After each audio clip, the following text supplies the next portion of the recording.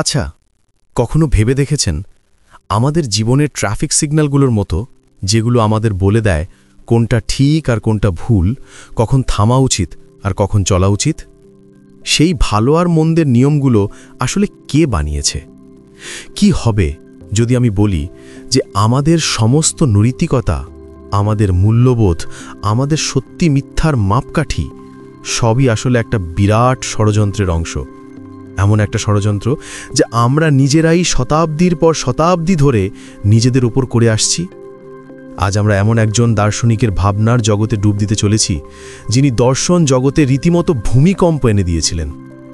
এমন একজন চিন্তাবিদ, যার চিন্তা ভাবনাকে মানুষ হয় পূজা করেছে, নয়তো ঘৃণা করেছে, কিন্তু কেউ তাকে উপেক্ষা করতে পারেনি। আমি কথা বলছি ফ্রেডরিক নিৎশে এবং তার সবচেয়ে বিপ্লবী বইগুলোর মধ্যে অন্যতম বিয়ন্ড গুড অ্যান্ড ইভিল, অর্থাৎ ভালো মন্দের পারে। এটা শুধু একটা বই নয়, এটা একটা ভবিষ্যতের দর্শনের প্রস্তাবনা, এমন একটা আয়না যা আমাদের আসল চেহারাটা দেখানোর সাহস রাখে। নিৎশে আমাদের এমন এক যাত্রায় নিয়ে যান যেখানে আমাদের প্রত্যেকটি বিশ্বাস, প্রত্যেকটি ধারণার উপর প্রশ্ন তুলতে বাধ্য হতে হয়। তিনি আমাদের সেই কুয়াশার ওপারে তাকাতে বলেন, যেটাকে আমরা সত্য বলে জানি। বন্ধুরা, আমি আগেই বলে রাখছি, এই অডিও বুকটা বেশ লম্বা আর গভীর হতে চলেছে। এটা কোনো হালকা পাতলা গল্প নয়, বরং আপনার মস্তিষ্ককে নাড়িয়ে দেওয়ার মতো চিন্তার একটা সমুদ্র। তাই আমার পরামর্শ, এই ভিডিওটা কোথাও শেয়ার বা সেভ করে রাখুন, যাতে আপনি আরামে মাঝে ব্রেক নিয়ে শুনতে পারেন। প্রত্যেক অধ্যায়ের পর একটু থামুন, ভাবুন, আর তারপর এগিয়ে যান। কারণ নিৎশেকে শুধু শুনতে হয় না, তাকে নিজের জীবনে প্রয়োগ করতে হয়। তার চিন্তাভাবনাকে নিজের জীবনের দাড়িপাল্লায় মাপতে হয়। অধ্যায় 1, অন দ্য প্রেজুডিসেস অফ ফিলোসফার্স। আচ্ছা, এই সফরের শুরুটা একটা খুব সহজ কিন্তু গভীর প্রশ্ন দিয়ে করা যাক। যখন আমরা কোনো দার্শনিক বা ফিলোসফারের কথা ভাবি, তখন আমাদের মনে কী ছবি ভেসে ওঠে? হয়তো একজন অত্যন্ত বুদ্ধিমান, শান্ত আর নিরপেক্ষ মানুষের, যিনি সংসারের হইচই থেকে দূরে বসে সত্যের খোঁজ করছেন। কিন্তু নিৎশে বলছেন, এই ছবিটা আসলে একটা মস্ত বড় ধোঁকা, একটা সুন্দর মিথ্যে। নিৎশের মতে আজ পর্যন্ত যত বড় বড় দার্শনিক এসেছেন, তারা আসলে সত্যের সন্ধানী ছিলেন না, বরং নিজের চিন্তা ভাবনার উকিল ছিলেন। তারা মনে মনে আগেই একটা সিদ্ধান্তে পৌঁছে যেতেন, আর তারপর নিজের পুরো দর্শন, সমস্ত যুক্তিতর্ক শুধু সেই বিশ্বাসটাকে সঠিক প্রমাণ করার জন্য সাজাতেন। তারা ছিলেন সেই তীরন্দাজের মতো, যে আগে তীর ছুঁড়ে দেয় আর তারপর তীরটা যেখানে লাগে তার চারপাশে একটা গোল দাগ কেটে বলে, দেখো আমার নিশানা কতটা অগার্থ। ভেবে দেখুন, এটা কত বড় একটা কথা। প্লেটো, অ্যারিস্টটল, কান্টের মতো দার্শনিকদের আমরা জ্ঞানের স্তম্ভ বলে মনে করি, কিন্তু নিৎশে বলছেন যে তারা সৎ ছিলেন না, তারা সত্য খোঁজার নাটক করছিলেন। অথচ আসলে তারা নিজের ইচ্ছা বা আকাঙ্ক্ষাকেই সত্যের নাম দিচ্ছিলেন। নিৎশে একে উইল টু ট্রুথ বা সত্যের প্রতি ইচ্ছার ওপর একটা আক্রমণ বলে মনে করেন। আমরা সবাই ধরে নিই যে সত্যের খোঁজ করা একটা খুব ভালো এবং পবিত্র কাজ, কিন্তু নিৎশে প্রশ্ন করেন, কেন? আমাদের কেন সত্য চাই? মিথ্যে, অনিশ্চয়তা বা প্রতারণা কি বেঁচে থাকার জন্য আরও ভালো হতে পারে না? তিনি বলেন যে সত্যের প্রতি আমাদের এই টানটাও মাসুম নয়, এর পেছনেও শক্তি পাওয়ার, দুনিয়াকে নিজের মতো করে বোঝার এবং তার ওপর নিয়ন্ত্রণ পাওয়ার ইচ্ছা লুকিয়ে থাকে। আমরা একটা নির্দিষ্ট স্থির সত্য চাই, যাতে আমাদের অজানা জিনিসের ভয় না লাগে। এই ব্যাপারটা আপনি আপনার রোজকার জীবনেও দেখতে পারেন। যখন আমরা কোনো রাজনৈতিক দল বা কোনো মতাদর্শকে সমর্থন করি, তখন কি আমরা সত্যি নিরপেক্ষভাবে সমস্ত তথ্য দেখি, নাকি আমরা শুধু সেই খবর, সেই যুক্তিই খুঁজি যা আমাদের আগে থেকে তৈরি করা মতামতকে আরও শক্তিশালী করে? আমরা সবাই নিজেদের পক্ষপাতিত্বের উকিল। আমরা নিজেদের বিশ্বাসের মহল তৈরি করি আর তারপর যুক্তির পাথর দিয়ে তাকে মজবুত করতে থাকি। এটা দেখতে অস্বীকার করি যে হয়তো সেই মহলের ভিত্তিটাই ফাঁপা। নিৎশে বলেন, প্রত্যেক মহান দর্শন আসলে তার স্রষ্টার একটা অনচাহে এবং অজানা আত্মস্বীকারোক্তি, তার আত্মজীবনীর একটা অংশ। দার্শনিকরা যে সিস্টেমই তৈরি করুন না কেন, তা আসলে তাদের নিজেদের শারীরিক, মানসিক এবং ভাবনাত্মক প্রয়োজনেরই প্রতিবিম্ব। কোনো দার্শনিক যদি খুব শান্ত এবং গোছানো জীবন কাটান, তাহলে তার দর্শনেও শৃঙ্খলা এবং শান্তির ওপর জোর দেওয়া হবে। কেউ যদি সংগ্রাম আর কষ্টের মধ্যে দিয়ে যান, তাহলে তার দর্শনে সংগ্রামকে একটা জরুরি উপাদান হিসেবে দেখা হবে। সুতরাং যেটাকে আমরা সত্যের সন্ধান বলে ভাবছিলাম, সেটা আসলে একজন মানুষের নিজের গল্প, নিজের চাওয়া পাওয়া আর ভয়ের এক বিরাট উপস্থাপনা। নিৎসের এই প্রথম অধ্যায়টাই আমাদের পুরোপুরি নাড়িয়ে দেয়। এটা আমাদের শেখায় যে কোনো বিচারকে, তা যতই মহান হোক না কেন, চোখ বন্ধ করে গ্রহণ করা উচিত নয়। সবসময় প্রশ্ন করা উচিত, এই ভাবনার পেছনে উদ্দেশ্যটা কি? যে এটা তৈরি করেছে সে আসলে কি চেয়েছিল? সে কোন জিনিসটাকে সঠিক প্রমাণ করতে চেয়েছিল? এই অধ্যায় আমাদের একজন বৌদ্ধিক গোয়েন্দা করে তোলে, যে প্রতিটি চিন্তার পেছনে লুকিয়ে থাকা উদ্দেশ্য খোঁজে। নিৎসে আমাদের সন্দেহ করতে শেখান, আর সবার আগে তাদের ওপর যারা সত্যের দাবি করে। কারণ যে যত জোরে সত্যের দোহাই দেয়, সে প্রায়শই তত বড় উকিল হয় যে নিজের কোনো পক্ষপাতিত্বের কেস লড়ছে। এটা আমাদের বিনয়ী করে তোলে, কারণ আমরা বুঝতে পারি যে আমরাও তো এটাই করি। আমরা সবাই নিজেদের বানানো সত্যের খাঁচায় বন্দী। তাহলে যদি দার্শনিকদের সত্যটাও একটা ধোঁকা হয়, তাহলে আসল সত্যিটা কি? আর এই ধোঁকার ওপারে কে দেখতে পায়? সে কে, যাকে নিচ্ছে মুক্ত আত্মা বা ফ্রি স্পিরিট বলেন? এই প্রশ্নের উত্তর আমরা পাব পরের অধ্যায়ে, যেখানে আমরা সেই মানুষের সাথে পরিচিত হব যে এই সমস্ত পক্ষপাতিত্ব থেকে মুক্ত হওয়ার সাহস রাখে। অধ্যায় 2, দ্য ফ্রি স্পিরিট। গত অধ্যায়ে নিৎসে আমাদের দেখিয়েছেন কিভাবে তাবর তাবর দার্শনিকরাও নিজেদের পক্ষপাতিত্বের দাস ছিলেন, এবং যাকে তারা সত্য বলতেন তা আসলে তাদের নিজেদের ইচ্ছারই প্রতিবিম্ব ছিল। এই সত্যটা সামনে আসার পর একটা প্রশ্ন ওঠে, তাহলে কি সবাই কি গোলাম? এমন কি কেউ থাকতে পারে না যে এই সামাজিক, ঐতিহ্যবাহী আর ব্যক্তিগত বাঁধন থেকে নিজেকে মুক্ত করতে পারে? এখানেই নিৎসে আমাদের এক নতুন ধরনের মানুষের সাথে পরিচয় করিয়ে দেন, যাকে তিনি বলেন দ্য ফ্রি স্পিরিট বা মুক্ত চেতনা। এই মানুষটা সেই ব্যক্তি যে ভেড়ার পালের অংশ হতে অস্বীকার করে, যেখানে বাকি সবাই একটা নিরাপদ আর আরামদায়ক রাস্তা বেছে নেয়, যেখানে আগে থেকে তৈরি করা নিয়ম আর বিশ্বাস রয়েছে, সেখানে এই মুক্ত চেতনা একাই হাঁটার ঝুঁকি নেয়। সে সেই রাস্তায় হাঁটে যা কেউ তৈরি করেনি, সে নিজের রাস্তা নিজে তৈরি করে।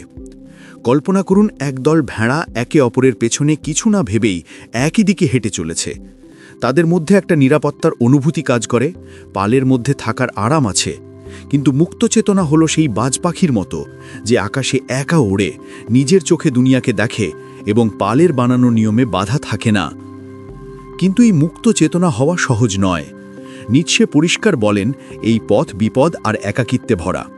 যখন আপনি সমাজের বানানো নিয়ম, তার নৈতিকতা, তার ভালো মন্দ নিয়ে প্রশ্ন তুলবেন, তখন সমাজ আপনাকে শত্রু বলে মনে করতে শুরু করবে। মানুষ আপনাকে অহংকারী, বিপজ্জনক বা পাগল বলবে। আপনাকে ভুল বোঝা হবে, আপনার মজা ওড়ানো হবে এবং আপনাকে একা করে দেওয়া হবে। মুক্ত চেতনাকে এই একাকিত্বকে আপন করে নিতে হয়। তাকে মানুষের হাততালি বা সমালোচনার ঊর্ধ্বে উঠতে হয়। তার একমাত্র সঙ্গী হয় তার নিজের বিবেক এবং নিজের সত্যের সন্ধান। এই সেই মানুষ যে প্রতিটি বিশ্বাসের উপর প্রশ্ন তোলে, সেটা যতই পবিত্র বলে মানা হোক না কেন। সে প্রশ্ন করে, এটা কি সত্যি, নাকি এটা শুধু একটা আরামদায়ক মিথ্যে যা আমরা প্রজন্ম ধরে আউড়ে আসছি? এই মুক্ত আত্মার জ্ঞানের জন্য এক গভীর তৃষ্ণা থাকে, কিন্তু সে কোনো একটা কুয়ো থেকে জল খেয়ে সন্তুষ্ট হয় না। সে সব দিকে ঘুরে বেড়ায়, সব ধরনের চিন্তাভাবনার স্বাদ নেয়, তা যতই নেতিবাচক বা বিপজ্জনক হোক না কেন। সে জানে যে আসল জ্ঞান আরামে নয়, বরং অস্থিরতা এবং সংগ্রামের মধ্যে পাওয়া যায়। নিৎসে একটা খুব সুন্দর কথা বলেন। তিনি বলেন যে মুক্ত চেতনাকে মাস্ক বা মুখোশ পরতে শিখতে হয়। এর মানে এই নয় যে সে মিথ্যাবাদী বা ভণ্ড। এর মানে হলো সে জানে যে সাধারণ মানুষ তার গভীর এবং বিপ্লবী কথাগুলো বুঝতে পারবে না। তাই সে সমাজে বসবাস করার সময় একজন সাধারণ মানুষের মতোই আচরণ করে, যাতে সে কোনো বাধা ছাড়াই নিজের ভেতরের অন্বেষণ চালিয়ে যেতে পারে। সে দুনিয়ার সাথে লড়াই করে নিজের শক্তি নষ্ট করে না, বরং চুপচাপ গভীরে গিয়ে নিজের চিন্তাভাবনাকে বিকশিত করে। এটা এক ধরনের আত্মরক্ষা। যেমন একজন গভীর ডুবুরি সমুদ্রের উপরিতলে সাধারণ সাঁতারুর মতোই দেখতে লাগতে পারে, কিন্তু একমাত্র সেই জানে যে সে কত গভীরে পৌঁছেছে। মুক্ত চেতনাও ওপরের দুনিয়াতেই বাস করে, কিন্তু তার আসল জীবন হল চিন্তা আর প্রশ্নের গভীর সমুদ্রে। সে তার আসল সম্পদ অর্থাৎ তার চিন্তাভাবনা সবার সামনে প্রকাশ করে না। সে কেবল তাদের সাথেই নিজের গভীরতা ভাগ করে নেয়, যারা তাকে বোঝার ক্ষমতা রাখে, যারা নিজেরাও মুক্ত চেতনার পথে হাঁটে। এই মুক্ত আত্মা কোনো একটা নির্দিষ্ট মতদর্শ বা ইজমে বাধা থাকে না। সে আজ যে বিশ্বাসকে সঠিক বলে মনে করে, কাল তাকে ভুলও প্রমাণ করে দিতে পারে। সে ক্রমাগত নিজেকে চ্যালেঞ্জ করে, নিজের ওপর বিজয় অর্জন করে। একেই নিচ্ছে সেলফ ওভারকামিং বলেন। তার জন্য জীবন কোনো গন্তব্য নয়, বরং এক অবিরাম যাত্রা, নিজেকে আরও ভালো এবং শক্তিশালী করে তোলার এক অন্তহীন প্রক্রিয়া। সে কোনো গুরু বা বইকে নিজের চূড়ান্ত সত্য বলে মানে না। সে সবার কাছ থেকে শেখে, কিন্তু শেষে নিজের বিবেকের কথাই শোনে। সে নিজের নৈতিকতা নিজেই তৈরি করে, নিজের ভালো মন্দ নিজেই নির্ধারণ করে। এটা একটা বিরাট দায়িত্ব, আর এই জন্যই বেশিরভাগ মানুষ ভয় পেয়ে তৈরি করা পথেই হাঁটতে পছন্দ করে। কিন্তু মুক্ত চেতনা এই দায়িত্বকে বোঝা নয়, বরং সৌভাগ্য বলে মনে করে। অধ্যায় ৩, দ্য রিলিজিয়াস মুড। যখন মুক্তচেতনা সমাজের বানানো প্রতিটি নিয়মের উপর প্রশ্ন তোলে, তখন এটা স্বাভাবিক যে তার সবচেয়ে বড় সংঘাত হবে সেই প্রতিষ্ঠানের সাথে যা হাজার হাজার বছর ধরে মানসিক সমাজের নৈতিকতা আর মূল্যবোধকে নিয়ন্ত্রণ করে আসছে, আর সেটা হলো ধর্ম। নিচ্ছে ধর্মকে, এবং বিশেষ করে খ্রিস্ট ধর্মকে, মানবতার বিকাশে একটা বড় বাধা হিসেবে দেখতেন। এই অধ্যায়ে তিনি শুধু একজন নাস্তিকের মতো বলেন না যে ঈশ্বর নেই, বরং তিনি এর চেয়ে অনেক বেশি গভীর এবং মনস্তাত্ত্বিক কাটাছেঁড়া করেন। তিনি প্রশ্ন করেন, মানুষের ধর্মের প্রয়োজন হলো কেন, ধর্মের জন্ম কোথা থেকে হলো, আর এটা মানুষের আত্মার ওপর কী ধরনের প্রভাব ফেলেছে। নিচ্ছের মতে ধর্মের জন্ম হয়েছে মানুষের দুর্বলতা, তার ভয় আর তার কষ্ট থেকে। যখন মানুষ জীবনের কঠিন সত্য, যেমন অসুস্থতা, মৃত্যু, অন্যায় মোকাবিলা করতে পারে না, তখন সে এমন এক কাল্পনিক জগৎ তৈরি করে যেখানে সে সান্ত্বনা এবং আশা পায়। সে এমন এক ঈশ্বরের কল্পনা করে যিনি তাকে রক্ষা করবেন, তার দুঃখের হিসেব রাখবেন, আর মৃত্যুর পর এক ভালো জগতে তাকে পুরস্কৃত করবেন। নিচ্ছে বলেন, ধর্ম এক ভয়ঙ্কর কাজ করেছে। এটি সেই সমস্ত গুণকে পাপ বানিয়ে দিয়েছে যা একজন শক্তিশালী, আত্মবিশ্বাসী এবং মহান মানুষের মধ্যে থাকে, যেমন গর্ব, উচ্চাকাঙ্ক্ষা, ক্ষমতার ইচ্ছা এবং নিজের আবেগের সাথে বাঁচা। আর অন্যদিকে এটি সেই সমস্ত গুণকে পূর্ণ বানিয়ে দিয়েছে যা একজন দুর্বল, নিপীড়িত এবং ভীত মানুষের লক্ষণ, যেমন নম্রতা, দয়া, করুণা এবং আনুগত্য। একে নিচ্ছে পরে মাস্টার স্লেভ মোরালিটি বলবেন, যার আলোচনা আমরা পরে করব। কিন্তু এখানে তিনি দেখান কিভাবে ধর্ম ভালো মন্দের সংজ্ঞাই পাল্টে দিয়েছে।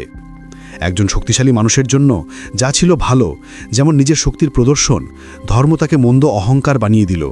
আর একজন দুর্বল মানুষের জন্য যা তার মজবুরি ছিল, যেমন প্রতিশোধ নিতে না পারা, ধর্ম তাকে ভালো ক্ষমা বানিয়ে দিল। এইভাবে ধর্ম দুর্বলদের একটা অস্ত্র হয়ে ওঠে, যার মাধ্যমে তারা শক্তিশালী মানুষদের নৈতিকভাবে দোষী সাব্যস্ত করে তাদের উপর শাসন করতে পারে।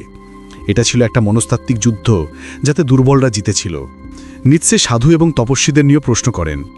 আমরা তাদের খুব পবিত্র এবং মহান আত্মা বলে মনে করি, যারা দুনিয়ার মোহমায়া ত্যাগ করেছেন। কিন্তু নিচ্ছে প্রশ্ন করেন, তারা কি সত্যিই দুনিয়া ত্যাগ করছেন, নাকি তারা জীবনকে মোকাবিলা করতে ভয় পাচ্ছেন? তিনি বলেন যে অনেক তপস্বী আসলে এমন মানুষ যাদের ইচ্ছা আর আবেগ এতটাই শক্তিশালী যে তারা তা নিয়ন্ত্রণ করতে পারেন না, আর সেই ভয় তারা নিজের ইচ্ছাকেই খতম করার চেষ্টা করেন। তারা নিজেদের ইন্দ্রিয়কে শত্রু মনে করে তাদের সাথে লড়াই করেন। কিন্তু নিচ্ছের কাছে জীবনের অর্থ নিজের ইচ্ছাকে খতম করা নয়, বরং তাকে নিয়ন্ত্রণ করা, তাকে সঠিক দিশা দেখানো। যেমন একজন দক্ষ ঘোড়ার সওয়ার একটা জঙ্গলি ঘোড়াকে মেরে ফেলে না, বরং তাকে বশ করে নিজের সওয়ারি বানায়, ঠিক সেভাবেই একজন শক্তিশালী মানুষ নিজের আবেগকে শেষ করে না, বরং তাকে নিজের শক্তির উৎস বানায়। ধর্ম আমাদের আবেগের সাথে লড়াই করতে শেখায়, আর নিচ্ছে আমাদের আবেগের সাথে নাচতে শেখান। এইভাবে নিচ্ছের কাছে ধর্ম হলো এমন এক নেশা যা মানুষকে তার বাস্তবতার মুখোমুখি হতে দেয় না। এটা তাকে একটা ঝুটা সান্ত্বনা দেয়, আর এই জীবনেই মহান হতে বাধা দেয় এক কাল্পনিক স্বর্গের লোভ দেখিয়ে। তিনি বলেন, ধর্ম মানুষকে পোষা প্রাণীতে পরিণত করেছে, তাকে একটা গৃহপালিত পশুতে বদলে দিয়েছে যার সমস্ত সাহস আর জঙ্গলিপনা কেড়ে নেওয়া হয়েছে। ধর্ম মানুষকে অপরাধ বোধে ভরিয়ে দিয়েছে, তাকে এটা অনুভব করিয়েছে যে তার জন্ম থেকেই সে পাপী এবং দুর্বল। আর যখন কোনো মানুষ নিজেকে দুর্বল মনে করতে শুরু করে, তখন তাকে নিয়ন্ত্রণ করা খুব সহজ হয়ে যায়। তাহলে নিচ্ছের চোখে ধর্ম শুধু বিশ্বাসের বিষয় নয়, বরং এটা একটা বিরাট রাজনৈতিক আর মনস্তাত্ত্বিক কৌশল যা মানুষকে নিয়ন্ত্রণ করতে আর দুর্বল বানিয়ে রাখার জন্য তৈরি করা হয়েছে। কিন্তু ধর্মের দেওয়া নৈতিকতা, অর্থাৎ ভালো আর মন্দ, একটা ধোঁকা হয়, তাহলে নৈতিকতার আসল উৎস কী? এই ভালো মন্দের খেলাটা শুরু হলো কোথা থেকে? সবসময় কি নম্রতাকে ভালো আর গর্বকে খারাপ মনে করা হতো, নাকি ইতিহাসে এমন কোনো সময় ছিল যখন সংজ্ঞাগুলো একেবারে উল্টো ছিল? নিৎসে আমাদের নৈতিকতার জন্মের গল্প শোনাতে চলেছেন পরের অধ্যায়ে, এমন এক গল্প যা আপনার পায়ের তলার মাটি সরিয়ে দেবে। অধ্যায় 4, অ্যাপোফথিজমস অ্যান্ড ইন্টারলুডস। আগের অধ্যায়গুলোতেই আমরা নিৎসের কিছু অত্যন্ত ভারী এবং বিপ্লবী চিন্তাভাবনা বোঝার চেষ্টা করেছি। আমরা দেখেছি কিভাবে তিনি সত্য, দার্শনিক, মুক্ত চেতনা এবং ধর্ম সম্পর্কে আমাদের ধারণাকে চ্যালেঞ্জ করেছেন। এখন এই অধ্যায়ে নিচ্ছে আমাদের একটু নিঃশ্বাস ফেলার সুযোগ দেন, কিন্তু এক ভিন্ন আন্দাজে। এই অধ্যায়ে লম্বা চওড়া ব্যাখ্যার নয়, বরং ছোট ছোট তীক্ষ্ণ প্রবচন, যাদের অ্যাফোরিজম বলা হয়, আর কিছু চিন্তার সংকলন। এটা অনেকটা ডায়েরির পাতার মতো, যেখানে নিৎসে তার মনে ঝলসে ওঠা ভাবনাগুলোকে লিখে রেখেছেন। প্রত্যেকটা বাক্য যেন একটা সম্পূর্ণ বইয়ের সমান, এমন এক বীজ যার মধ্যে একটা বিশাল গাছ লুকিয়ে আছে। এই প্রবচনগুলো আমাদের সরাসরি কোনো উত্তর দেয় না, বরং আমাদের ভাবতে উস্কে দেয়। এগুলো সেই স্ফুলিঙ্গ যা আমাদের মস্তিষ্কে আগুন লাগিয়ে দিতে পারে। চলুন তার কিছু স্ফুলিঙ্গ বোঝার চেষ্টা করা যাক, আর দেখি সেগুলো আজও কতটা প্রাসঙ্গিক। এক জায়গায় নিৎসে লিখেছেন, যে দানবদের সাথে লড়াই করে তার সতর্ক থাকা উচিত, যাতে সে নিজেই দানব না হয়ে যায়। আর যখন তুমি অতল গহ্বরের দিকে তাকাও, সেই গহ্বরও তোমার দিকে ফিরে তাকায়। এটা একটা অত্যন্ত গভীর মনস্তাত্ত্বিক সতর্কবার্তা। এর মানে হলো, যখন আমরা কোনো অন্যায় বা খারাপ জিনিসের সাথে লড়াই করি, তখন প্রায়শই আমরা নিজেরাই সেই একই পথ অবলম্বন করি যাকে আমরা ঘৃণা করতাম। ঘৃণা করতে করতে আমরা নিজেরাই ঘৃণায় পূর্ণ হয়ে যাই। দুর্নীতি রুখতে গিয়ে কেউ কেউ নিজেই দুর্নীতিগ্রস্ত হয়ে পড়তে পারে। এটা আমাদের মনে করিয়ে দেয় যে লড়াই করা যতটা জরুরি, ততটাই জরুরি আমাদের নিজেদের আদর্শকে হারিয়ে না ফেলা। আর এর দ্বিতীয় অংশ, যখন তুমি গভীরের দিকে তাকাও, তখন গভীরতাও তোমার দিকে তাকায়।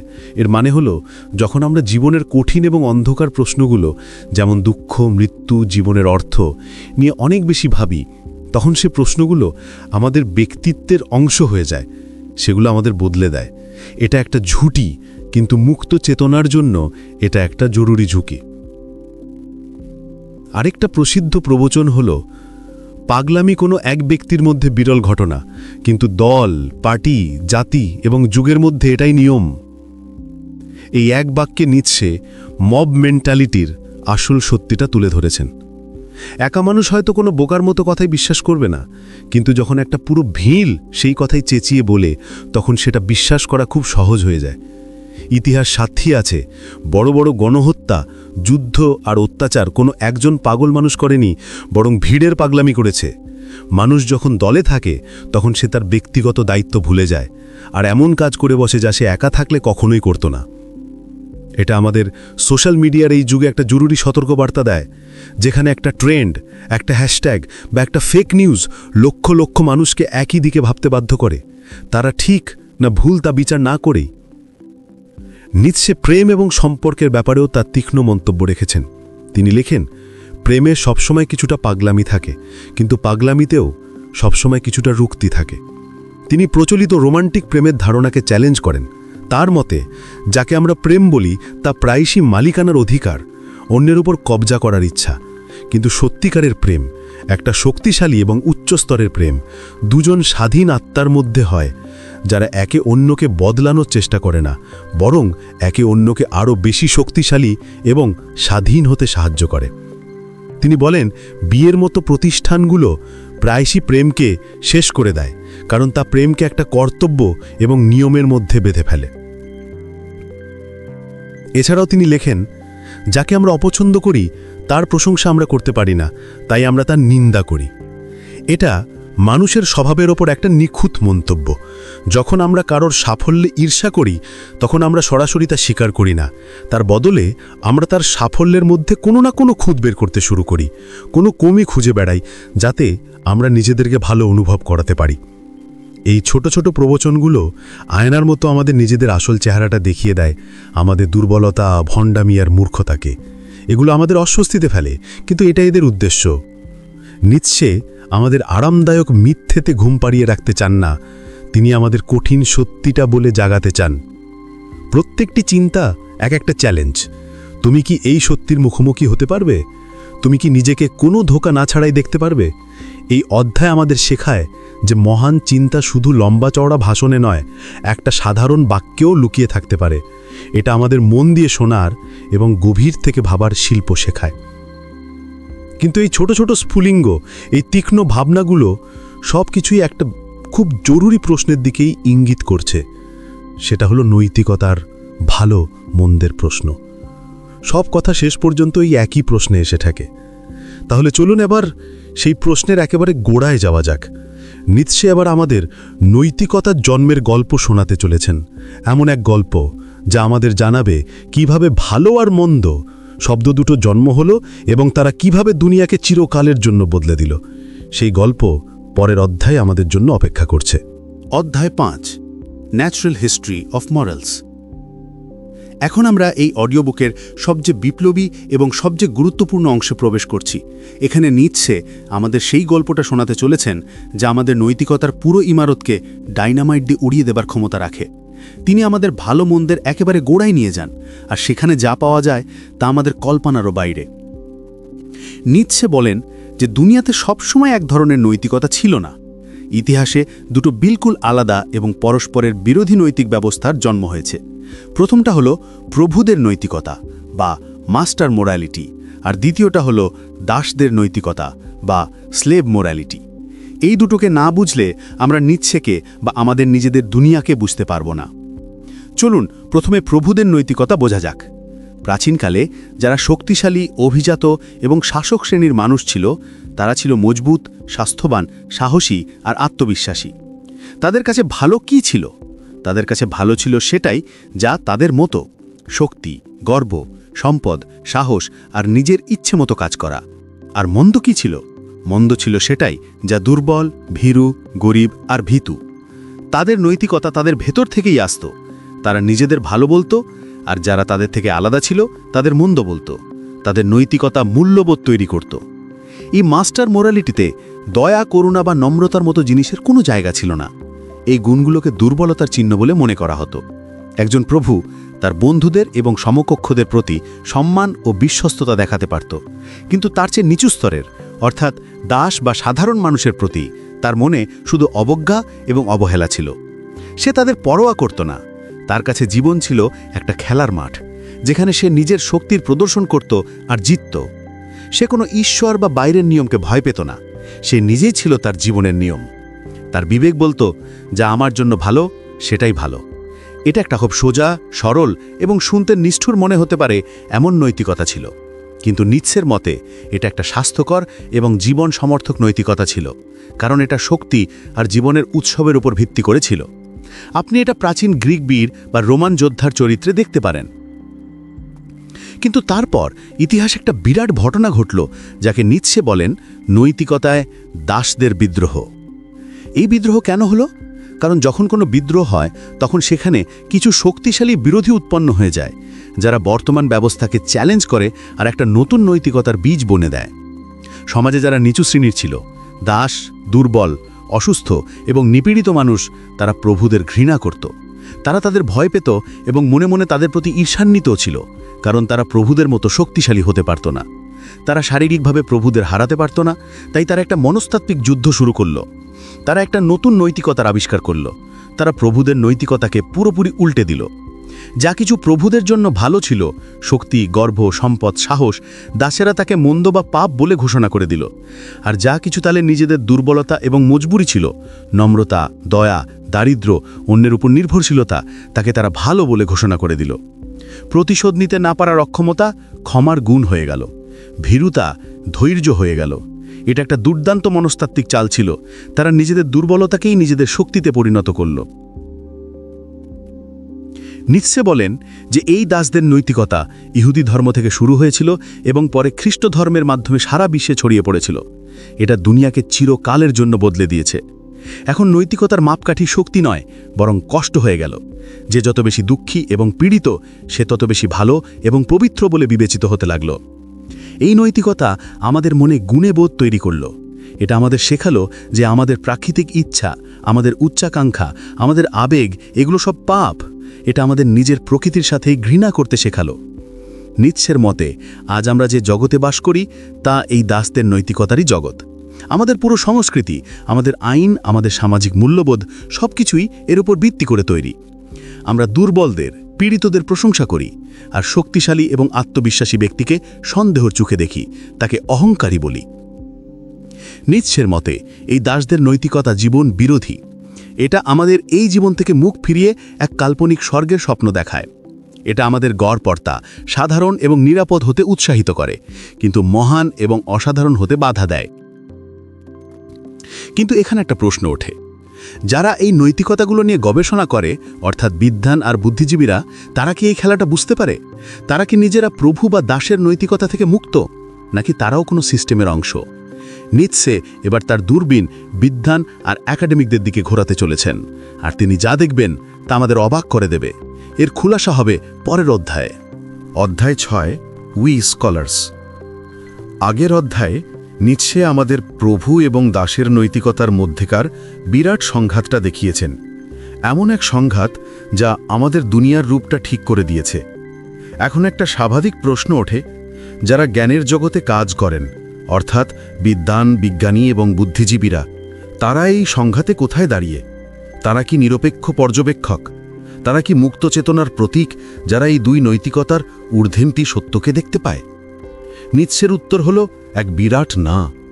এই অধ্যায়ে তিনি সেই মানুষদেরই সমালোচনা করেন যাদের আমরা প্রায়শই সবচেয়ে বুদ্ধিমান এবং নিরপেক্ষ বলে মনে করি। নিৎসের মতে বেশিরভাগ বিদ্বান আসলে মুক্ত চেতনা সম্পন্ন নন, বরং তারা এক ধরনের খুব সূক্ষ্ম এবং পরিশীলিত গোলাম। তারা স্বাধীন চিন্তাবিদ নন, বরং জ্ঞানের শ্রমিক। তারা নতুন চিন্তার জন্ম দেন না, শুধু পুরনো চিন্তাভাবনাকে সংগ্রহ করেন, সেগুলোকে শ্রেণীবদ্ধ করেন আর তাদের ব্যাখ্যা করেন। তারা সাহসী আবিষ্কারক নন, বরং মিউজিয়ামের রক্ষক। নিৎসে বিদ্বান এবং দার্শনিকের মধ্যে একটা খুব জরুরি পার্থক্য দেখান। একজন সত্যিকারের দার্শনিক, যিনি নিৎসের চোখে একজন মুক্ত চেতনা, তিনি মূল্যবোধের স্রষ্টা। তিনি দুনিয়াকে নতুন দিশা দেখান, নতুন অর্থ দেন। তিনি আদেশ দেন, এমনটা হওয়া উচিত। এর বিপরীতে একজন বিদ্বান আদেশ দেন না, তিনি শুধু বর্ণনা করেন। তিনি তথ্য সংগ্রহ করেন, কিন্তু সেই তথ্যের কি মানে তা বলার সাহস তার মধ্যে থাকে না। তিনি বস্তুনিষ্ঠতার পর্দার আড়ালে লুকিয়ে যান। তিনি বলেন, আমি তো তাই বলছি যা আছে, আমার কোনো নিজের মতামত নেই। কিন্তু নিৎসে বলেন যে এই বস্তুনিষ্ঠতাও একটা ধোঁকা, একটা বাহানা। এটা দায়িত্ব নেওয়া থেকে বাঁচার একটা উপায়। একজন বিদ্বান প্রায়শই কোনো না কোনো মতাদর্শ, কোনো সরকার বা কোনো প্রতিষ্ঠানের জন্য কাজ করতে থাকে, আর তার বস্তুনিষ্ঠতা প্রায়শই তাদের স্বার্থেই কাজ করে। সে একটা খুব দক্ষ এবং আজ্ঞাবহ ঔজার হয়, কিন্তু ঔজারই, শিল্পী নয়। আপনি এটা আজকের একাডেমিক জগতেও দেখতে পারেন। কজন প্রফেসর বা গবেষক আছেন যারা সত্যি কোনো রোবলবি নতুন বিচার সামনে আনেন? বেশিরভাগ মানুষই প্রতিষ্ঠিত তত্ত্বের গণ্ডির মধ্যেই কাজ করেন, ছোটখাটো উন্নতি করেন আর নিজেদের সিনিয়র বা ফান্ডিং এজেন্সিকে খুশি রাখতে চেষ্টা করেন। যে কেউ খুব বেশি প্রশ্ন তোলে বা প্রতিষ্ঠিত নিয়মকে চ্যালেঞ্জ করে, তাকে সিস্টেম থেকে বের করে দেওয়া হয়। বিদ্বানদের দুনিয়াতেও এক ধরনের ভেড়া চাল চলে। তারা একে অপরের কাজের প্রশংসা করে, একে অপরকে সম্মান দেয় আর নিজেদের ছোট্ট দুনিয়াতে খুশি থাকে। তারা সেই গভীরতা এবং একাকিত্বকে ভয় পায় যা একজন সত্যিকারের দার্শনিকের বাড়ি। তারা বিশেষজ্ঞ বা স্পেশালিস্ট হওয়ার নামে জ্ঞানের একটা খুব ছোট টুকরো নিয়ে সারা জীবন কাটিয়ে দেয় আর বড় ছবিটা দেখার ক্ষমতা হারিয়ে ফেলে। একজন পিঁপড়ের বিশেষজ্ঞ হয়তো পিঁপড়েদের সম্পর্কে সব কিছু জানে, কিন্তু মানব সমাজ বা ব্রহ্মাণ্ড সম্পর্কে তার কোনো ধারণা নেই। নিৎসে এই ধরনের জ্ঞানকে অধুরা এবং নপুংসক বলে মনে করেন। নিৎসে এটাও বলেন যে বিদ্বানদের মধ্যে প্রায়শই এক ধরনের বৌদ্ধিক বিবেকের অভাব থাকে। এর মানে এই নয় যে তারা অসৎ। এর মানে হলো তারা নিজেদের চিন্তাভাবনার পরিণতির দায়িত্ব নেয় না। তারা বিপজ্জনক প্রশ্ন এড়িয়ে চলে। তারা হ্যাঁ আর নায়ের মাঝে একটা নিরাপদ জায়গা খুঁজে নেয়। তারা সাহস দেখাতে ভয় পায়। একজন সত্যিকারের চিন্তাবিদ, একজন মুক্ত চেতনা, নিজের চিন্তার জন্য লড়াই করতে, এমনকি মরতেও প্রস্তুত থাকে। সে জানে যে চিন্তা শুধু মস্তিষ্কের ব্যায়াম নয়, এগুলো জীবন বদলে দিতে পারে, দুনিয়া বদলে দিতে পারে। কিন্তু একজন গড়পড়তা বিদ্বানের কাছে চিন্তা শুধু চাকরির অংশ, কেরিয়ার গড়ার একটা উপায়। সে সেগুলোকে গুরুত্বের সাথে নেয়, কিন্তু নিজের আত্মাকে বাজি রাখে না। তাই নিৎসে বিদ্বানদের সম্মান দেন, কারণ তারা জ্ঞানের ভিত্তি বজায় রাখার জন্য জরুরি, কিন্তু তাদের মাথায় তুলে নাচতে মানা করেন। তারা জ্ঞানের পিরামিডের ভিত্তিপ্রস্তর, কিন্তু শিখর নয়। তাহলে যদি বিদ্বানরাও স্বাধীন না হন এবং আমাদের নৈতিকতাও যদি দাসেদার দেওয়া হয়, তাহলে আমাদের গুণাবলী, যেমন সততা, দয়া, ন্যায়, যেগুলোর আমরা এত প্রশংসা করি, তাদের আসল সত্যিটা কি? আমাদের এই গুণাবলী কি সত্যি ততটা শুদ্ধ আর মহান যতটা আমরা মনে করি, নাকি এগুলোর পেছনেও কোনো গভীর লুকোনো মনস্তত্ত্ব কাজ করছে? নিশ্চয় এবার আমাদের সবচেয়ে পবিত্র বলে মনে করা গুণাবলীর পোস্টমর্টম করতে চলেছেন, আর এটা দেখা নিশ্চয়ইভাবে খুব অস্বস্তিকর হবে। এসব কিছুই আমরা জানব পরের অধ্যায়ে। অধ্যায় 7, আওয়ার ভার্চুজ। এখন পর্যন্ত আমাদের যাত্রায় নিটশে সত্য, ধর্ম আর নৈতিকতার ভিত্তি নাড়িয়ে দিয়েছেন। তিনি দেখিয়েছেন কিভাবে আমাদের বেশিরভাগ বিশ্বাসী দুর্বলতা, ভয় বা প্রতারণার উপর ভিত্তি করে তৈরি। এবার তিনি আরও এক ধাপ এগিয়ে সেই জিনিসগুলোর ওপর আক্রমণ করছেন যেগুলোকে আমরা নিজেদের সবচেয়ে মূল্যবান গয়না বলে মনে করি। আমাদের গুণাবলী, সততা, দয়া, ন্যায়, আত্মনিয়ন্ত্রণ, এগুলো এমন গুণ যা আমরা ভালো বলে মনে করি আর নিজেদের মধ্যে বিকশিত করার চেষ্টা করি। কিন্তু নিটশে এখানেও একজন মনস্তাত্ত্বিক গোয়েন্দার মতো কাজ করেন আর প্রশ্ন করেন, আমাদের এই গুণগুলোর আসল উৎস কি? এগুলো কি সত্যিই ততটা মহৎ যতটা দেখায়? নিটশের বিশ্বাস আমাদের অনেক গুণাবলীও আসলে আমাদের দুর্বলতা বা আমাদের লুকানো ইচ্ছারই এক পরিশীলিত রূপ। সেগুলো শুদ্ধ নয়, তাদের পেছনেও কোনো না কোনো উদ্দেশ্য লুকিয়ে থাকে। চলুন কিছু উদাহরণ দিয়ে বোঝা যাক। প্রথমে কথা বলা যাক সততা নিয়ে। আমরা সবাই মানি যে সৎ থাকা একটা খুব জরুরি গুণ, কিন্তু নিটশে প্রশ্ন করেন, আমরা সৎ থাকি কেন? সবসময় কি এই কারণে যে আমরা সত্যকে খুব ভালোবাসি, নাকি কখনো কখনো এই কারণেও যে আমরা মিথ্যা কথা বলতে খুব অলস, অথবা আমরা মিথ্যা কথা বলার পরিণামকে ভয় পাই? একটা জটিল মিথ্যেকে টিকিয়ে রাখার জন্য অনেক পরিশ্রম আর সাহসের প্রয়োজন, যা সবার থাকে না। তাই অনেক সময় আমাদের সততা আসলে আমাদের বৌদ্ধিক কুড়েমি বা ভীরুতারই আরেক নাম। নিটশে এটাও বলেন যে কখনো কখনো সততা খুব নিষ্ঠুর হতে পারে। সবার মুখে কঠিন সত্যিটা বলে দেওয়া কোনো মহত্ব নয়, বরং অসংবেদনশীলতা হতে পারে। একজন শক্তিশালী আর বুদ্ধিমান ব্যক্তি জানেন কখন সত্যি বলতে হয় আর কখন চুপ থাকতে হয়, বা কখন একটা মাস্ক পরতে হয়। সুতরাং যাকে আমরা সততা বলি তা প্রায়শই খুব সরল বা খুব নিষ্ঠুর হতে পারে। এবার কথা বলা যাক দয়া বা করুণা নিয়ে। এটাকে তো দাসদের মরেতালি সবচেয়ে জরুরি গুণ বলে মনে করা হয়। অন্যের দুঃখ দেখে গলে যাওয়া, তাদের সাহায্য করা, এটা শুনতে খুব ভালো লাগে। কিন্তু নিটশে করুণাকে সন্দেহের চোখে দেখেন। তিনি বলেন যে যখন আমরা কারোর উপর দয়া দেখাই, তখন আমরা অজান্তেই নিজেদের শ্রেষ্ঠত্ব প্রদর্শন করি। আমরা সেই ব্যক্তিকে এটা অনুভব করাই যে তুমি দুর্বল, তুমি পীড়িত, আর আমি শক্তিশালী, আমি তোমাকে সাহায্য করছি। দয়ার অনুভূতি প্রায়শই অন্য ব্যক্তিকে আরও ছোট আর অসহায় বোধ করায়।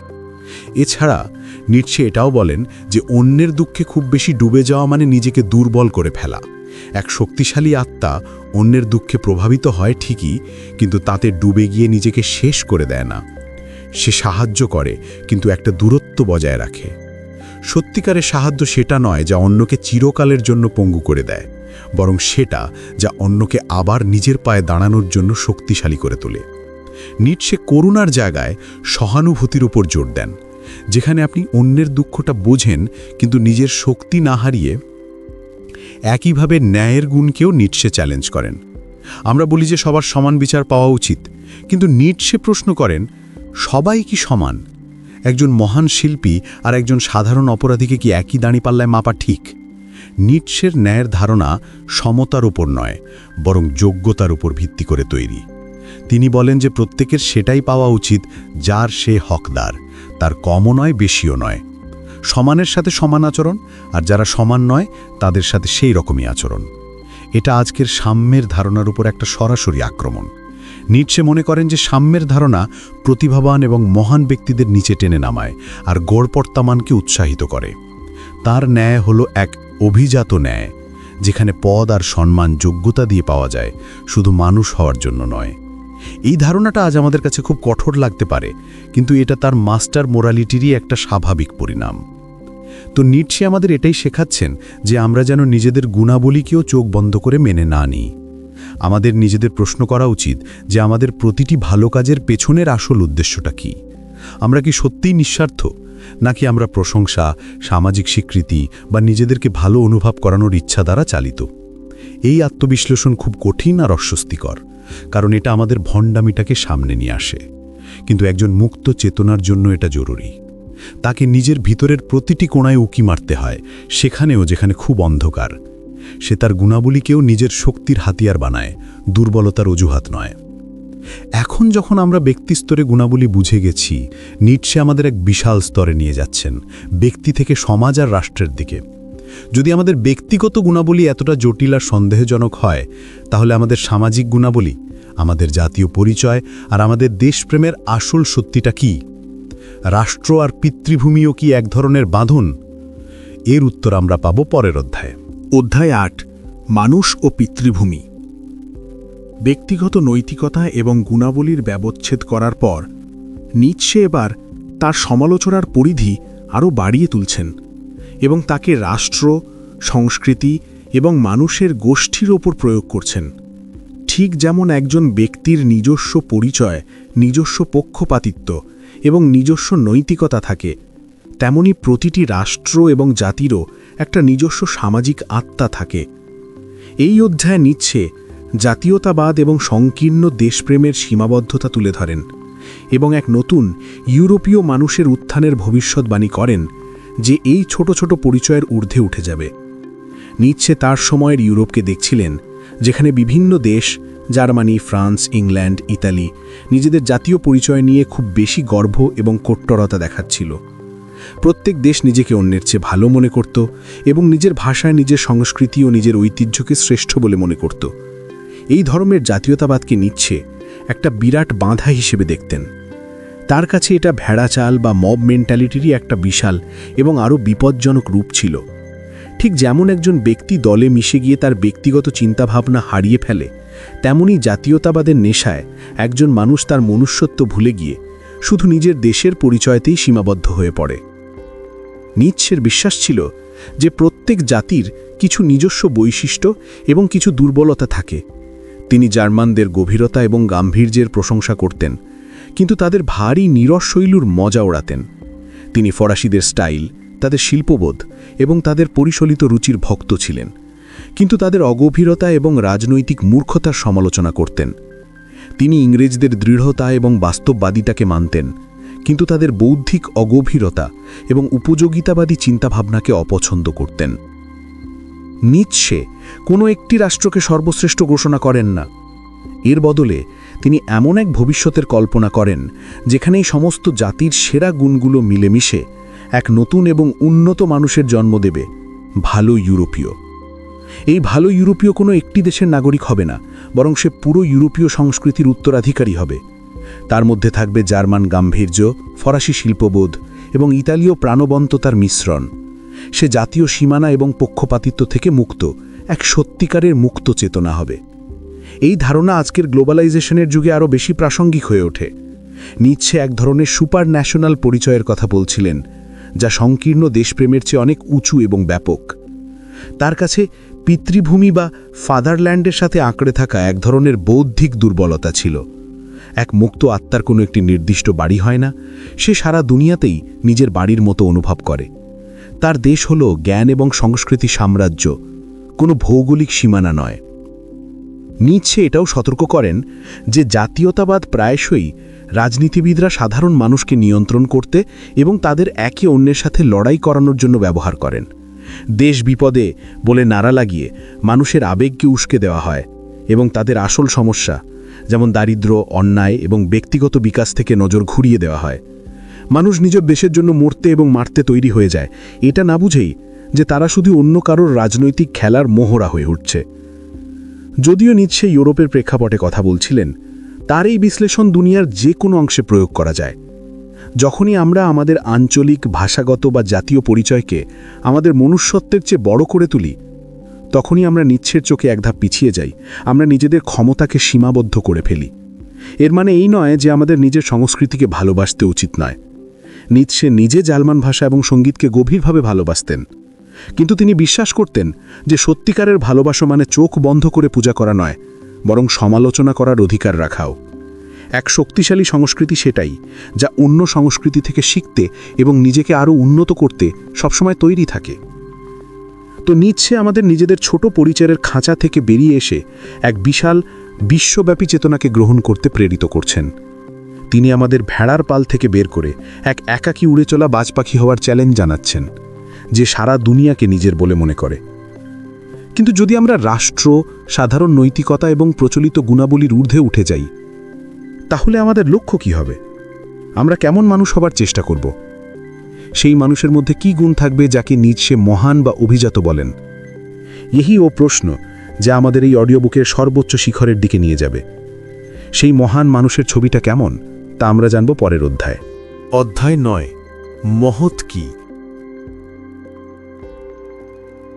আমরা আমাদের যাত্রার সেই পর্বে এসে পৌঁছেছি যেখানে নিৎসেলি আমাদের সেই মানুষের এক ঝলক দেখান, যিনি ভবিষ্যতের মানুষ, যিনি ভালো মন্দের পারে বেঁচে থাকেন।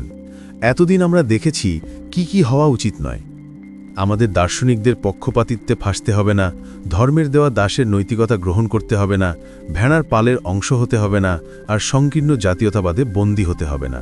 তাহলে আমাদের কি হতে হবে? মহৎ হবার অর্থ কি? এই অধ্যায়ে নিটশে প্রভুদের নৈতিকতা সম্পন্ন মানুষের একটি আরও পরিশীলিত এবং গভীর চিত্র তুলে ধরেন। এ শুধু এক নিষ্ঠুর যোদ্ধা নয়, বরং এক গভীর আত্মা সম্পন্ন মানুষ। মহত্বের প্রথম এবং সবচেয়ে জরুরি গুণ হল আত্মসম্মান। এক মহৎ আত্মা নিজের ওপর গভীর বিশ্বাস রাখে। সে অন্যের থেকে স্বীকৃতি বা প্রশংসার ভিক্ষে যায় না। তার মূল্য তার নিজের চোখে, দুনিয়ার চোখে নয়। সে জানে যে সে দুর্লভ এবং অসাধারণ, আর এই বিষয়ে তার কোনো লজ্জা নেই, বরং গর্ব আছে। সে নিজেই নিজের মূল্যবোধের স্রষ্টা। সে সমাজকে জিজ্ঞাসা করে না যে কোনটা ঠিক, সে নিজে সিদ্ধান্ত নেয় যে আমার জন্য কোনটা ঠিক। মহৎ আত্মার আর এক পরিচয় হল দূরত্ববোধ। এর মানে হল সে নিজেকে সাধারণ মানুষের ভিড় থেকে একটু উঁচুতে অনুভব করে। এটা অহংকার নয়, বরং একটা স্বাভাবিক অনুভূতি। যেমন একটা সিংহ নিজেকে ভেড়ার পাল থেকে আলাদা এবং শ্রেষ্ঠ মনে করে, তেমনি এক মহৎ আত্মা নিজেকে গড়পড়তাম মানুষদের থেকে আলাদা মনে করে। এই দূরত্বের কারণেই সে বিশাল জিনিসগুলো দেখতে পায়। যে উপত্যকায় আছে সে শুধু উপত্যকাটাই দেখে, কিন্তু যে পর্বতের চূড়ায় আছে সে সারা দুনিয়ার দৃশ্য দেখতে পায়। এই দূরত্ব তাকে দায়িত্বের অনুভূতিও দেয়। সে নিচের মানুষদের ঘৃণা করে না, বরং তাদের নিজের দায়িত্ব বলে মনে করে। ঠিক যেমন একজন রাজা তার প্রজাদের দায়িত্ব মনে করে। সে তাদের সাহায্য করে, কিন্তু দয়া থেকে নয়, বরং নিজের শক্তির একটা স্বাভাবিক প্রদর্শন হিসাবে। সে দেয় কারণ তার কাছে দেওয়ার মতো অনেক কিছু আছে। এক মহৎ ব্যক্তি নিজের কষ্ট আর দুঃখকে দুনিয়ার সামনে প্রদর্শন করে না। সে নিজের ক্ষত দেখিয়ে বেড়ায় না, সহানুভূতি আদায় করে না। সে তার কষ্ট একা সহ্য করে এবং তাকে নিজের শক্তিতে রূপান্তরিত করে। সে জানে যে মহৎ হতে হলে বিশেষ কষ্ট সহ্য করতে হয়। যা আমাকে মারতে পারে না, তা আমাকে আরও শক্তিশালী করে তোলে। এই বাক্যটা মহৎ আত্মার আদর্শ বাক্য। সে মুশকিল থেকে পালিয়ে যায় না, বরং তাদের স্বাগত জানায়, কারণ সে জানে যে প্রতিটি চ্যালেঞ্জ তাকে আরও তারাশনের সুযোগ দেয়। সে আরাম আর নিরাপত্তার সন্ধানে থাকে না, সে বিপদ আর অনিশ্চয়তার মধ্যে বাঁচে। তার কাছে জীবন একটা আরামদায়ক বিছানা নয়, বরং এক উঁচু পাহাড়ে ওঠার যাত্রা, যা তাকে ক্রমাগত চালিয়ে যেতে হয়। সে সবসময় নিজেকে চ্যালেঞ্জ জানায়, নিজেকে অতিক্রম করার চেষ্টা করে। আজ যে সে যা, কাল তার থেকে ভালো হতে চায়। মহৎ আত্মা বন্ধুত্ব এবং শত্রুতা দুটোকেই খুব গুরুত্বের সাথে গ্রহণ করে। সে খুব সাবধানে বন্ধু নির্বাচন করে। সে এমনদের রাখে যারা তার সমকক্ষ, যারা তাকে চ্যালেঞ্জ করতে পারে, যাদের কাছ থেকে সে কিছু শিখতে পারে। তার বন্ধুত্ব তোষামোদের উপর নয়, বরং পারস্পরিক সম্মানের উপর। এবং সে একজন ভালো শত্রুকেও সম্মান করে। এক দুর্বল শত্রুর সাথে লড়াই করে সে কোনো মজা পায় না। সে একজন শক্তিশালী এবং যোগ্য প্রতিপক্ষ চায়, কারণ এক মহান শত্রুর সাথে লড়াই করেই তুমি নিজের আসল শক্তির আন্দাজ পেতে পারো। সে তার শত্রুকে ঘৃণা করে না, বরং তাকে একটা জরুরি অংশ হিসেবে দেখে, যা তাকে আরও ভালো হতে সাহায্য করে। সংক্ষেপে, মহৎ আত্মা সেই যে জীবনকে তার সমগ্রতায় গ্রহণ করে, তার আনন্দ, তার দুঃখ, তার সৌন্দর্য, তার নিষ্ঠুরতা। সে জীবনকে হ্যাঁ বলে। সে তার ভাগ্যকে ভালোবাসে, যাকে নিচ্ছে বলেন অ্যামোর ফাতি। সে বলেরা যদি এমনটা হতো। সে বলে যা আছে যেমন আছে আমি তা গ্রহণ করি এবং আমি একে আরও সুন্দর করে তুলব। তো এই হলো নিঃস্বের চোখে এক মহান মানুষের ছবি। কিন্তু প্রশ্নটা হলো, এই মহত্ব, এই শক্তি, এই মূল্যবোধ তৈরি করার ইচ্ছা, এটা আসে কোথা থেকে? এর পেছনে সবচেয়ে মূল চালিকা শক্তিটা কি? সেই একটা জিনিস কি যা পুরো ব্রহ্মাণ্ডকে, প্রত্যেক মানুষকে, প্রত্যেক জীবকে চালাচ্ছে? এই সবচেয়ে বড় রহস্যের পর্দা উঠবে আমাদের এই অডিও বুকের শেষ অধ্যায়ে। অধ্যায় 10, ক্ষমতার ইচ্ছা। আমরা এখন আমাদের এই দীর্ঘ এবং গভীর যাত্রার শেষ অধ্যায়ে এসে পৌঁছেছি। আমরা নিৎসের সাথে মিলেমিশে সত্য, ধর্ম, নৈতিকতা, গুণাবলী, রাষ্ট্র এবং মহত্বের ধারণাগুলোকে ব্যবচ্ছেদ করেছি। আমরা দেখেছি কিভাবে নিৎসের প্রতিটি প্রতিষ্ঠিত বিশ্বাসকে ভেঙে দেন এবং আমাদের এক নতুন দৃষ্টিতে দুনিয়াকে দেখতে বাধ্য করেন। কিন্তু এই সমস্ত চিন্তার কেন্দ্রে, এই সমস্ত সমালোচনার পেছনে একটাই মৌলিক শক্তি কাজ করছে, একটাই সুতো যা এই সমস্ত মুক্তকে এক মালায় গাঁথে, আর তা হল উইল টু পাওয়ার বা ক্ষমতার ইচ্ছা। এটা নিৎসের দর্শনের সার, তার ফিলোসফির হৃৎপিণ্ড। যখন আমরা ক্ষমতার ইচ্ছা শুনি, তখন আমাদের মনে প্রায়শই একজন স্বৈরাচারী, একজন নিষ্ঠুর রাজা বা কোনো অত্যাচারীর ছবি ভেসে ওঠে। কিন্তু নিৎসের কাছে ক্ষমতার অর্থ শুধু রাজনৈতিক বা শারীরিক শক্তি নয়, এটা তার চেয়েও অনেক গভীর এবং ব্যাপক। নিৎসের মতে ক্ষমতার ইচ্ছা শুধু মানুষের মধ্যেই নয়, বরং পুরো ব্রহ্মাণ্ডের প্রতিটি জীবন্ত জিনিসের মধ্যে রয়েছে। একটা ছোট চারাগাছ যখন পাথর ফাটিয়ে বেরিয়ে আসে, সেও ক্ষমতার ইচ্ছা প্রদর্শন করছে। একটা জানোয়ার যখন নিজের এলাকার জন্য লড়াই করে, সেও এই ইচ্ছা দ্বারাই চালিত। প্রতিটি জিনিস শুধু বেঁচে থাকতে চায় না, সে বিকশিত হতে চায়, ছড়িয়ে পড়তে চায়, নিজের প্রভাব বিস্তার করতে চায় এবং নিজের থেকে দুর্বলদের উপর কর্তৃত্ব স্থাপন করতে চায়। এটাই জীবনের মূল সূত্র। আত্মরক্ষা করাটাও ক্ষমতার ইচ্ছারই একটা ছোট অংশ। জীব শুধু নিজেকে বাঁচাতে চায় না, সে আরও বেশি শক্তি অর্জন করতে চায়। এটা এক অন্তহীন, অস্থির এবং সৃজনশীল শক্তি যা পুরো ব্রহ্মাণ্ডকে চালাচ্ছে। এবার এটাকে মানুষের উপর প্রয়োগ করা যাক। একজন দার্শনিক যিনি নিজের দর্শন দিয়ে দুনিয়াকে বোঝাতে চান, তিনি আসলে নিজের চিন্তার শক্তিকে প্রতিষ্ঠিত করতে চান। একজন বিজ্ঞানী যিনি প্রকৃতির রহস্য উদ্ঘাটন করেন, তিনি প্রকৃতির ওপর জ্ঞানের শক্তি অর্জন করতে চান। একজন শিল্পী যে এক মহান শিল্পকর্ম তৈরি করেন, তিনি তার সৃজনশীল শক্তির প্রদর্শন করছেন। এমনকি দাসেদের নৈতিকতা, যা দয়া আর নম্রতার কথা বলে, সেটাও ক্ষমতার ইচ্ছারই একটা রূপ। দুর্বল মানুষরা শারীরিকভাবে শক্তিশালী হতে পারে না, তাই তারা নৈতিকভাবে শক্তিশালী হওয়ার চেষ্টা করে। তারা এমন এক নৈতিকতা তৈরি করে যেখানে তাদের দুর্বলতাই গুণ হয়ে যায়, আর এইভাবে তারা শক্তিশালী মানুষদের ওপর এক মনস্তাত্ত্বিক শক্তি অর্জন করে। সুতরাং কেউ এর থেকে বাঁচতে পারে না। প্রশ্নটা এটা নয় যে আপনার মধ্যে ক্ষমতার ইচ্ছা আছে কি না, কারণ সেটা তো আছেই। প্রশ্নটা হলো, আপনি আপনার এই ইচ্ছাকে কিভাবে প্রকাশ করছেন? আপনি কি একে এক সৃজনশীল, জীবন সমর্থক উপায় প্রকাশ করছেন, নাকি এক ধ্বংসাত্মক, জীবন বিরোধী উপায়? এক মহতাত্মা, এক সুপারম্যান বা ইউবারম্যানস তার ক্ষমতার ইচ্ছাকে নিজেকে আরও উন্নত করতে, নতুন মূল্যবোধ তৈরি করতে এবং শিল্প সংস্কৃতির জন্ম দিতে ব্যবহার করে।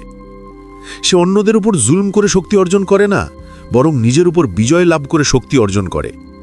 সে তার ইচ্ছা আর আবেগকে দমন করে না, বরং তাদের একটা ঘোড়ার মতো নিয়ন্ত্রণ করে নিজের গন্তব্যের দিকে এগিয়ে যায়। তার ক্ষমতার ইচ্ছা আত্মবিজয়ে প্রকাশ পায়। বিয়ন্ড গুড অ্যান্ড ইভিলের পুরো সারমর্মটাই এই ধারণার মধ্যে লুকিয়ে আছে। ভালো আর মন্দ হল ক্ষমতার ইচ্ছাকে প্রকাশ করার দুটো ভিন্ন উপায়।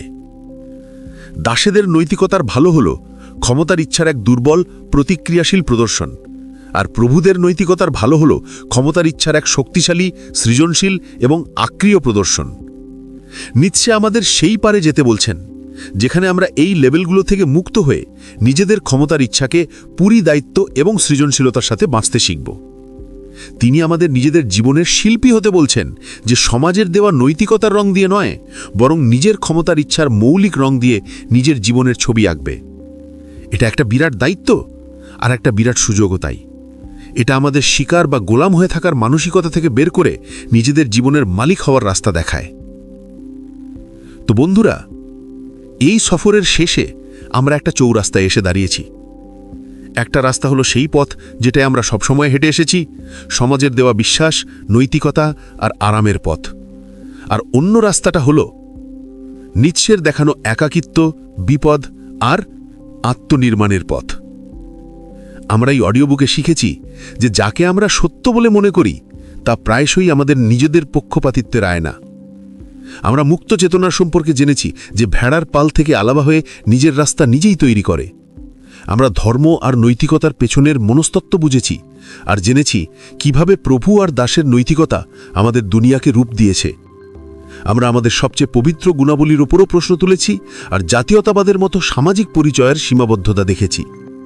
আর শেষে আমরা সেই মহতাত্মার ছবি দেখেছি যে তার ক্ষমতার ইচ্ছাকে নিজের উপর বিজয় পেতে এবং নতুন মূল্যবোধ তৈরি করতে ব্যবহার করে। নিৎসের দর্শন আমাদের কোনো তৈরি করা উত্তর দেয় না।